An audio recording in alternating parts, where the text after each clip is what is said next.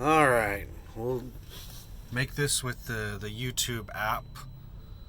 It's going to be vertical because it sucks. And I'll just plant you right there. Somebody just parked right in front of me, blocking a lot of the view. That's good enough. Good enough. Instead of looking at my ugly mug, you can look at the people fueling. I can't even remember what was in the last video. It's probably much of the same that's happened. I can't remember when the last time was I uploaded the video. I think it might have been last weekend. Which today is... What is today? Is today Thursday or Friday? Today's Thursday. Yeah, today's Thursday. So what's going on? Well, what happened today? Well, as you can see, you probably recognize this truck stop, maybe. They all look kind of the same. I'm back in Hutchins, which I think is a suburb of Dallas. So I'm in Hutchins, Texas, at the Love's that I spend the weekends at. That's next to our drop yard. That's close to Miguel's house. We managed to squeeze in some extra hours so that Miguel could take some, extra time off at it and, go home while we were down here. We got here about, what was it? It was about midnight last night, I want to say. And we dropped a load off, and he took off to his house, and I'm sitting here at the truck stop, and we're planning on taking off about 2:30 today, which is about an hour from now. So I just woke up around 11 a.m. or something, and went and took a shower. And Love's is having issues with their reward system or their app or something. And I actually had to pay for the shower because I signed in on the app to take a shower, and I had one shower credit, and it put me in line. And then after a couple of minutes, it popped up and said you have insufficient credits or something like that, and it didn't show my reward card attached to my profile anymore. So I tried to reattach it, and it wouldn't recognize it. So I went in and asked them, I was like, hey, can you just give me a shower? Does it still show my credit? And they're like, no, your shower credit's gone. You don't have any shower credits. I was like, damn it. And I told them what happened. And they told me I had to call the 800 number. They couldn't do anything about it. So I called the 800 number, wait on hold for like 15, 20 minutes, got a hold of somebody. They said they would fix it, but they said their system was down. Like the issue that caused my shower credit to disappear and for me to drop out of line was, the same issue that they were dealing with. Their system was basically going down. So they couldn't give me my credit back until the system came back up. They told me to call back in an hour or two. I was like, oh, okay. I guess I'll just pay for the shower for now. And then the girl said, well, instead of calling back, I'll just make a note to give you your credit whenever the system comes back up. I was like, all right, I appreciate it. And I told her about this diamond status promotion that they're doing where you get diamond status free for a month, which is basically unlimited showers, unlimited drinks, and you get 4 times the reward points for stuff, for fueling. And I said that I signed up for it, but it didn't, it told me it'd take 24 hours to go into effect, and it didn't happen. And she told me to submit feedback through the app for that, so. But anyway, I paid for the shower, took a shower, grabbed some Carl's Jr., which is the restaurant that's in this Love's, and sat out here and ate it, and now I'm making this video. So it's been much of the same this week. I think that I made a video on Sunday, so it's been like 4 days since the last video. I'm not sure. I have team driving sucks so bad. At least Miguel has a decent amount of time off where we're able to get away from each other. Last week they had us basically running all week. He didn't take the weekend off last week like he normally does. This weekend we're gonna have like a full weekend off, which is good. But man, not being able to get away from somebody, like 90 to 95% of the time, Miguel and I get along great. He's a really nice guy, and I try to be really nice. Like, I'm not a very social person, but I try to interact with him and be nice and, everything else, because my default is to just sit there and really just like be quiet. And a lot of people think that I'm mad when I'm doing that, and it upsets people when you don't talk with them that much. So I go out of my way to socialize with people so that they don't think that I'm mad. But I'm going way, way out of my way to try to be as nice as possible. We still have issues. From my perspective, I am not doing anything wrong, but I'm sure from somebody else's perspective, there are some things that I do that annoy him or that are wrong or whatever. But I don't want to go into great detail about the drama within the truck. There are a lot of things that he does that I don't like. Some safety things, some legal things, like a lot of stuff. But it's only 4 weeks. I'm just trying to gut through it. I've come close multiple times to requesting to being off of this truck, but I haven't actually, made that request. Miguel has 2 managers over him, mainly. He has his normal driver manager, and then he has a training manager because he's a trainer. So Sheila is his training manager. She's also my manager since I'm a trainee. I thought that she was the manager over the training managers, but she is my direct manager right now. She's a senior training manager. I don't have any issues or complaints about Sheila. She's been really nice with every time I've talked with her. She called me up a few days ago and asked me if I was getting, a decent amount of backing opportunities and stuff like that. Miguel said that she called him as well and got on to him a little bit about how much driving he's doing and how little driving I'm doing. Miguel likes to split the driving in half. I don't know why. I don't know if he likes to drive or if he feels bad for the trainees because they're paid so little. We make like minimum wage. And I don't, or maybe he just doesn't, I don't know why, but he really likes to drive. There have been several situations. This is one of the areas where we have butted heads, is him wanting to drive all the time. He basically wants to split the driving time in half. And there have been situations where he's said that he doesn't feel well, or he's tired, or he's not, he doesn't have many hours left on his clock, and various other things. And I've been like, it's no big deal, man. I can do it. I can drive the whole thing. And he's like, no. We'll split. And I'm like, no, I'll just do it. And he'll get pissed off. Like, I'm trying to be nice to him and be like, no, man, I can drive. It's not that big of a deal. It doesn't matter to me whether I'm in the passenger seat or the driver's seats. It makes no difference to me. I'll do all the driving if you want. It doesn't matter. And he'll get upset and he'll be like, well, it's your show. You do whatever you want.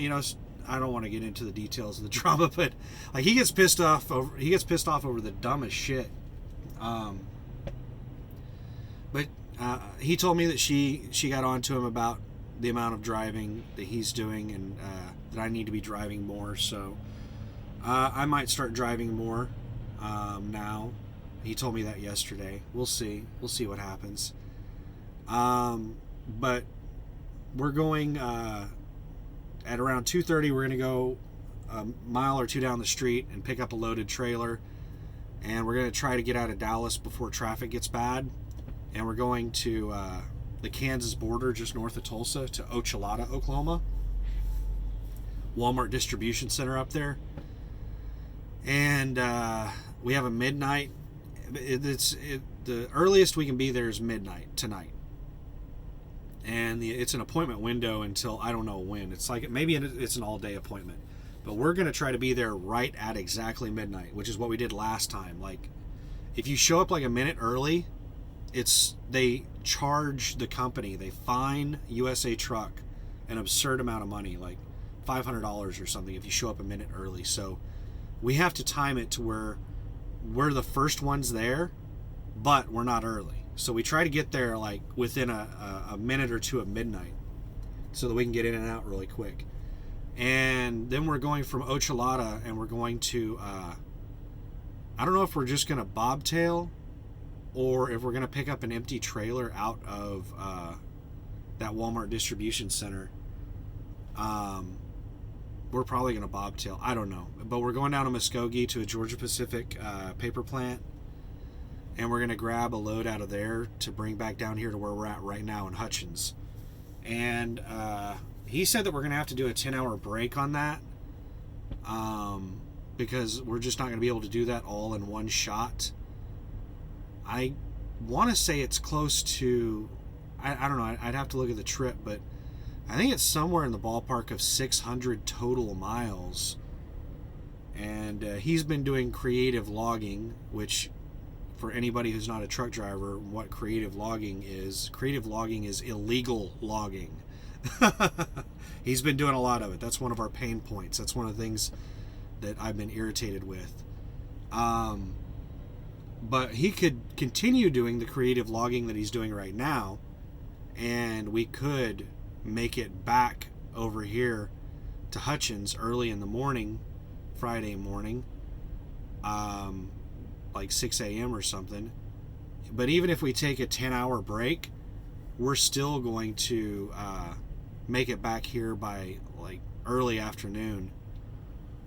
And we're probably not going to head out until around 2 o'clock in the afternoon Monday, so it's going to be a really long weekend, that's probably going to make up a little bit for last weekend that we basically had one day off last weekend. It wasn't even a full day off.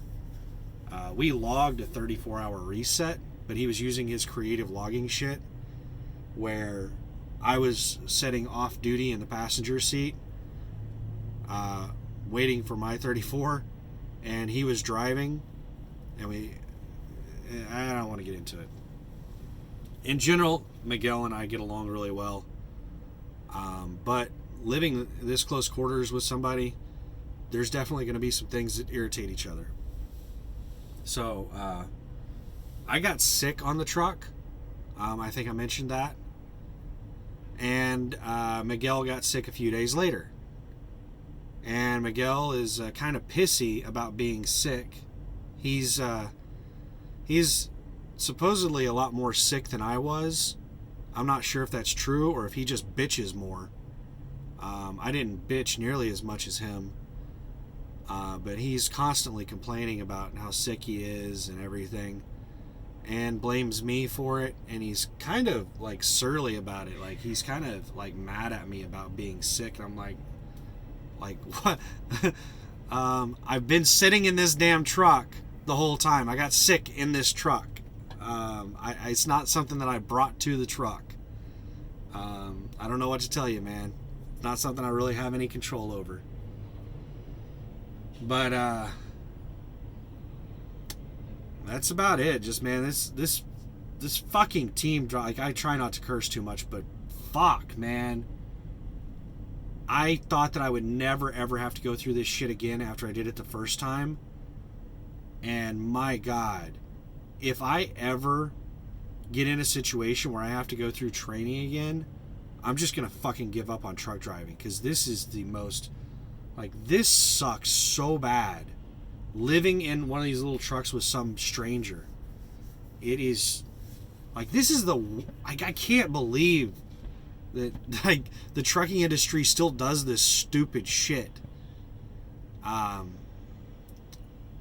One of the biggest problems with the two of us living in this truck together is we're both really light sleepers, and we both snore. And every time you like wiggle in the truck, it bounces around. So every time he moves around in the truck, I wake up. Every time I move around the truck, he wakes up. Every time one of us falls asleep, we start snoring, we wake the other person up. We wake each other up from our own snoring. So, like, the quality of sleep in this truck is non-existent. By the time we get to a point like last night, where he went to his house to sleep and I slept in the truck, we are so fatigued by the time the weekend comes, or by the time something like this comes along, that, like, we're zombies. We're so exhausted. And when you're that exhausted, you have a very short fuse on stuff. And I think that's one of the reasons that the tensions are running high, because he seems to be his most pissy toward the end of our workday. And he's had a meltdown or two. He's had one meltdown toward the end of our workday. And I think a lot of it has to do with fatigue. Especially with two of us both being sick on the truck. We're coughing and sneezing all throughout the night. We're not fucking sleeping in the truck. Like, we're both, like, so fatigued. We're living on naps and, like, micro sleep and stuff like that. We're sleeping for, 15 minutes at a time and shit. It's probably the equivalent of having sleep apnea. Because we're both light sleepers and, constantly waking each other up. And, but yeah, I can't, like, convey how much it fucking sucks living in this tiny ass little space with somebody else. Every little thing is going to get on your nerves. We're just past the halfway point. Yesterday was the exact 2-week mark. You see that guy? He's smiling. The one right there in the black truck in front of me. See if he looks back. There he goes. He's looking back again. There's a cute girl over there fueling up a truck, and he is, like, just staring her down. He's just looking back and smiling. That white Penske truck.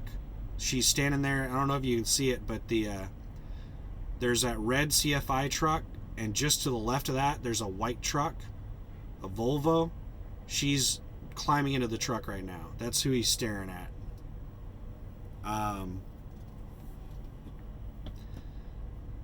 So, what else is there? Aside from, just this sucks so bad. I'm getting pretty damn good at the driving part of it. And, driving around in towns, avoiding hitting curbs and stuff like that.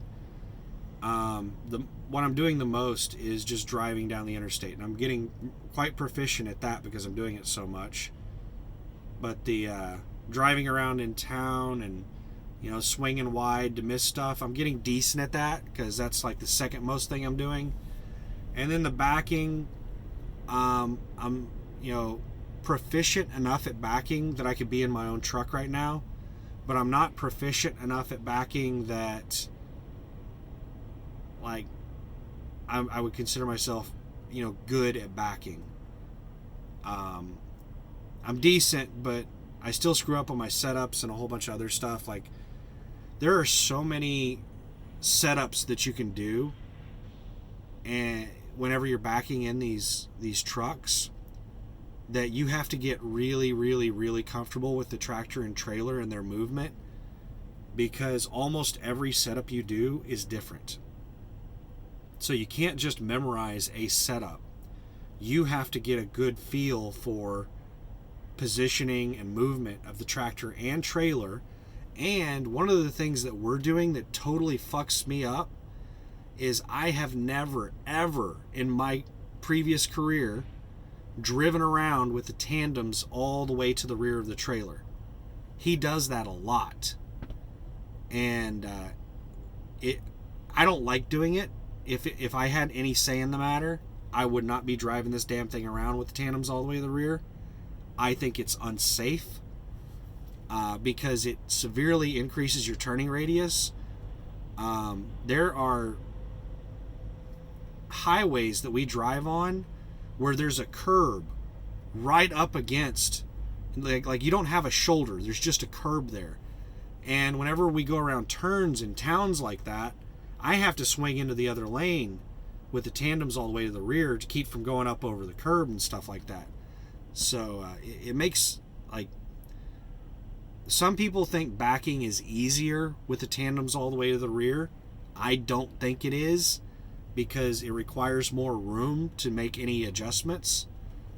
I really, really, really hate driving these things with the tandems all the way to the rear. But the trailers we pick up out of Muskogee, every single one of those has their tandems to the rear. And when we drop off in Hutchins, we go from Muskogee to Hutchins. In Hutchins, they require, both Muskogee and Hutchins are Georgia Pacific plants. Both of them require that whenever you drop off the trailer, the tandems are all the way to the rear. So to avoid having to slide the tandems, he just leaves them all the way to the rear.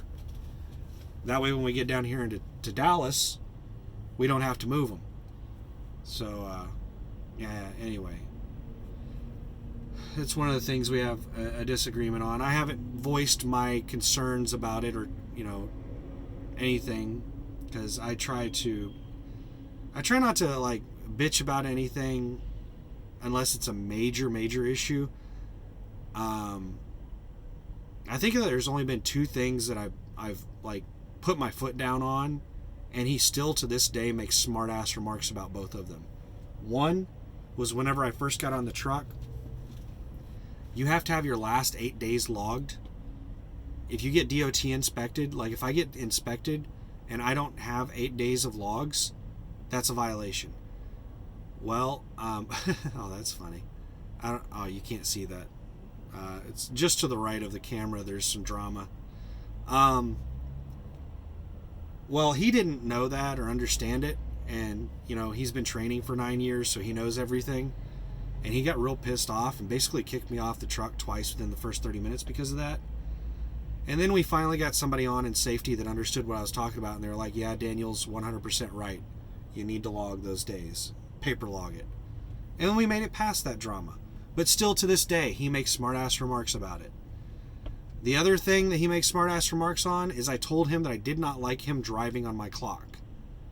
What will happen is, okay, the specific situation where I told him I didn't like him driving on my clock was we arrived at a destination where we were going to pick a load up. And we were trying to find the exact building because the address on our GPS just took us to the middle of the street. It didn't specify a building. So what I do in that situation is I get out of the fucking truck and I go and I look at the door numbers. I walk up and I look at the addresses on the buildings. What he wanted to do was drive the truck through the parking lots that are not designed for trucks and get us into some really, like, bad situations, driving the truck through areas we shouldn't be in with the truck. Well, one of those places he wanted me to turn into, I said that I couldn't make it. I said I'm going to end up driving over, their flower bed to get in here, and it looks like it's a dead end down at the other end. It doesn't look like there's an outlet. I said I'd have to back all the way back out. I said I could just hop out of the truck and walk over there and look at the door and get the address a lot easier than trying to drive the truck in front of the door. And he said, well, I can get out of the seat and I'll do it. I can do it. And he'll start like making condescending remarks about, well, if you can't do it, then I'll do it. Stuff like that. And it pissed me off. And I got pissed off and I got out of the seat and he hopped into the seat and he positioned and tried to get in there, and he, came up over the curb and he was like, yeah, I can't get in there without going and running over that tree. So then he backs up and continues, driving around the neighborhood on my clock. And so I saw the building and I said, that's it right there. That's it. And we ended up pulling in there. And he made, some smart-ass remark about upsetting me. You get upset easy or something like that, and I don't want to, upset you. And I was, I told him, I said, I just don't want you driving on my clock. You hopped into my clock behind the seat, and then you want to drive into a place that I told you we shouldn't be in. It's unsafe, it's dangerous, and we're likely to cause property damage, and you're on my clock. So if that happens, you run over that tree, you damage that property, it gets caught on camera, I'm the one that gets blamed for that. I don't want to do something that's going to mess up my CDL. I don't want to do something that's going to get me fired from USA Truck. So that's basically what I told him. And now, every day he, makes some smart ass remark about, well, I don't want to drive on your clock, stuff like that. It just fucking gets under my skin. He's a smart ass, but 90% of the time we get along really well. But it's getting like that 90% is, it used to be like 98%, then it went to 95, then it down to 90. We're spending way too much time together, and it's just, we're only halfway through it, and if it keeps going at this rate, then about 70% of the time we're going to be getting along. The other 30% we're going to be at each other's throats. But I just want this shit to be over with so bad. This, truck driving in general sucks. But living in a fucking truck with somebody is really, really bad. And in all honesty, Miguel, in trucking, in the trucking world, he's not that bad of a person to team with. He has his issues, definitely. I'm sure I have mine as well. But, I have, been in trucks with people that are 100 times worse than him on a lot of things. I've been in, trucks with people that would just sit there and, make racial slurs and stuff at you and get confrontational with you all the time and want to fight and shit. I've been in trucks with people who had, extreme hygiene issues.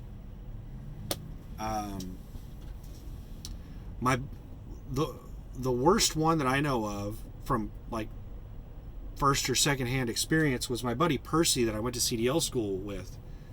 He told me that one of the guys that he teamed with, I think it was one of his trainers, whenever we were going through training at Swift, had a shit bucket, and the guy would get pissed off whenever Percy wouldn't use the shit bucket because he didn't want to wait that extra time for Percy to walk to the building to take a shit.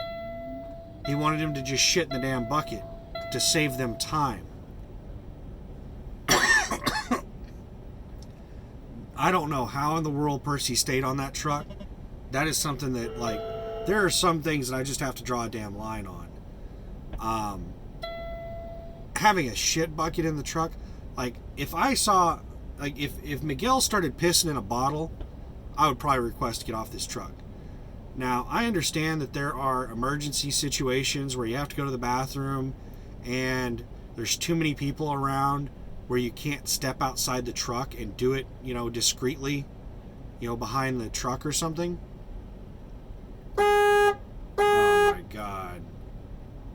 This stupid shit. The truck is starting and it has this stupid fucking thing where before it starts the engine, it honks the fucking horn. I'm probably gonna have people coming out of their sleepers here in a second, what the fuck, man? Why are you honking your damn horn? But yeah, we're not to the level of shit buckets in this truck or anything like that. But it is frustrating. I just want this shit to be over with so bad.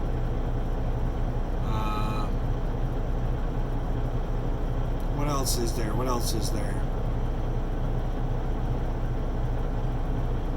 Miguel has called the person in charge of leasing twice, left messages twice, and has not gotten a return call. He's salty about that. He thinks it's disrespectful since he's been with the company for 15 years. And in his last voicemail, he mentioned that he had been with the company for 15 years.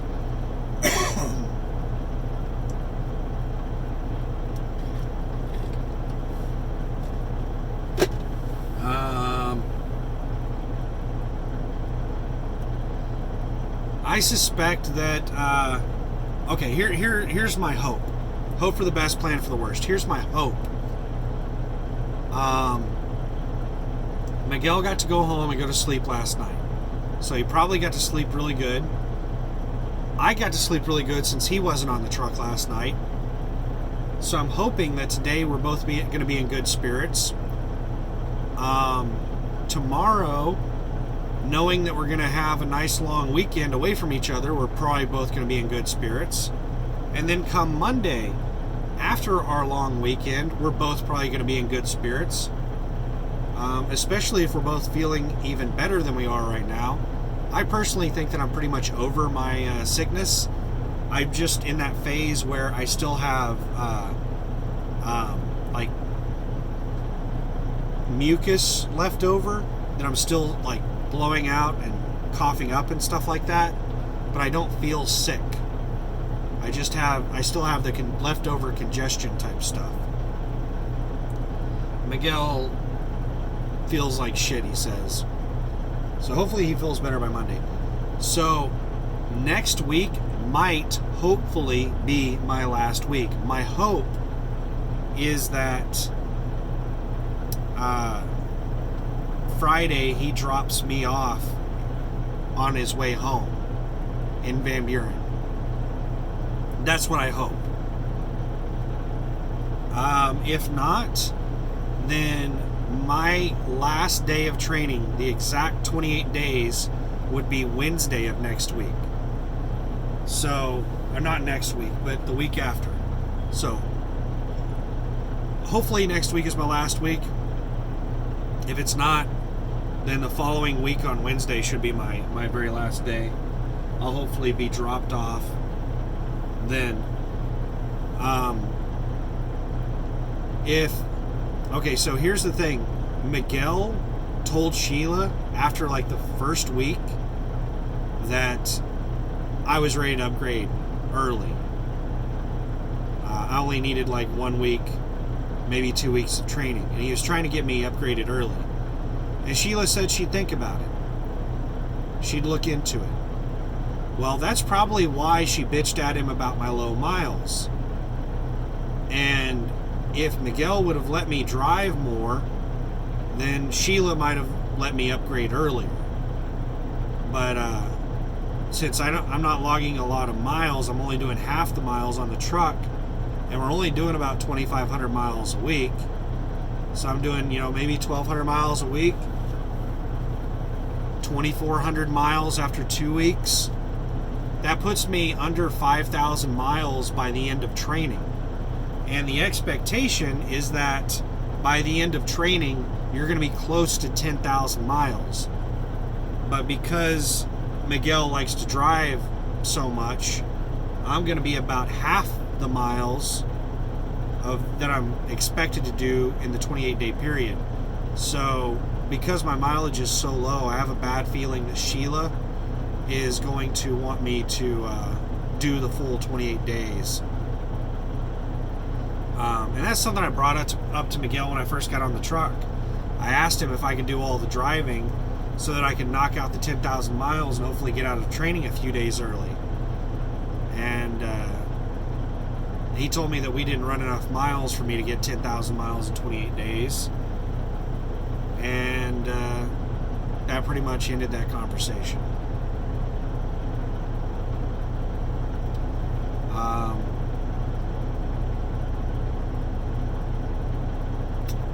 I don't know.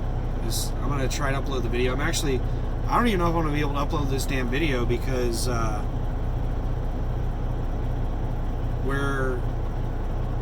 what are we? I've only got like maybe 30 minutes to an hour before I have to meet up with Miguel over at the drop yard. I guess it's going to take longer than that for the video to upload with this slow connection. So I better end it right there. I have so much shit that I need to buy whenever I get my own truck. I don't know, like, how long it's going to be before I get, that nice internet package of, like, unlimited IRL. And I've heard some negative things about the download speed on it, that you're still throttled to, like, 5 megabit on hotspot on it and shit like that. And there's very little information on it. So, I don't know. I just don't know. I'm going to have to keep doing research on options that are truly unlimited. Because the problem I'm having is hitting my data caps, which are really, really small. Like a 22 gig data cap for a month, that, like, this is 2020. This isn't like 20 years ago. Why do they still have these ridiculous data caps on all this shit? This is so fucked. Anyway, I don't know. I'm just gonna start rambling at this point. I can't remember what else to say on here. Like, I've been so fatigued that it's hard for me to remember everything that I've done all week, because, like, I'm not sleeping well. I don't know what to say. Anyway, I think I'll end it there before I start rambling too much and just, get it uploaded. Then we'll, get back here, and then I'll have the weekend to hopefully recuperate. One single night of sleep does not make up for, 5 or 6 days of sleeping for an hour or two a night. I'm still, like, I don't know how to describe it. I still feel like I'm in a daze. Like, I just slept, so I'm not tired, but I just don't feel like I'm fully charged. But look forward to getting into my own truck. This I don't want to say too many negative things about Miguel, because it isn't necessarily a Miguel issue. Yes, he definitely has his issues. I'm sure that I also have mine, and everybody else has theirs. Everybody has their little issues. It's just that living in such close quarters without being able to get any separation from each other is, I don't even know how to describe it if you haven't, like, been in that situation before. It's like 100 times worse than having a roommate that you don't like. Like, having a roommate that you don't get along with, at least you can go to your own fucking room. Imagine, like, being in a closet with somebody that you don't get along with. And you're in that closet for 23 hours a day. You're eating, you're sleeping, you're doing everything in that closet. Maybe you step out, 2 or 3 times a day to use the bathroom or to grab something to eat. But that's only like 1 or 2 hours of your 24-hour day is stepping out of that closet. That's what living in one of these fucking trucks is like with somebody. Is just unnerving. Anyway, I'm just going to vent and ramble. This sucks. I can't wait for it to be over with.